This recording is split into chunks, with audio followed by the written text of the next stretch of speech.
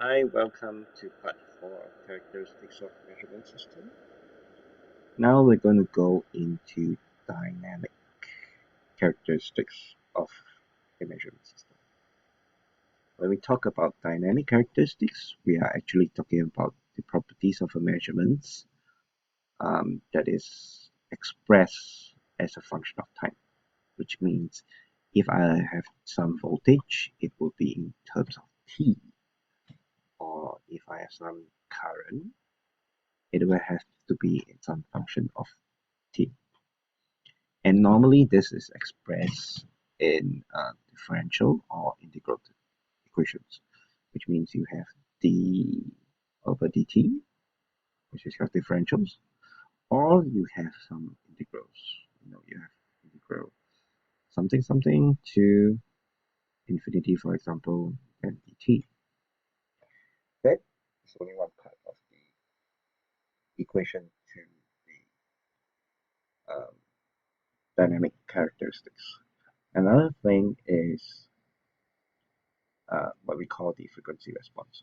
So what we mean by frequency response, which means I will test this system by giving it a series of sinusoidal input of different frequency, and we check what is the response.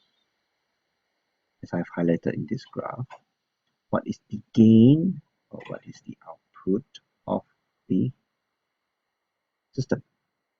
So when you have a flat frequency response, which means it is either equally amplified or attenuated. Attenuated means it's amplified means it's bigger. Attenuated means it drops. Okay. Okay. So any repetitive signal can be represented by a combination of frequencies that I think you have already covered in your previous chapters. And all the different frequencies are equally amplified, and therefore the amplified would be similar to the original without any distortion. What this means is during this little section, you have a input like this. This is your input. It is just an amplified version of the input, and it has no distortion whatsoever. So that is what it means by a flat frequency response in the task band. So in this part, this is your pass band, where you have a flat response. And then we have ended this part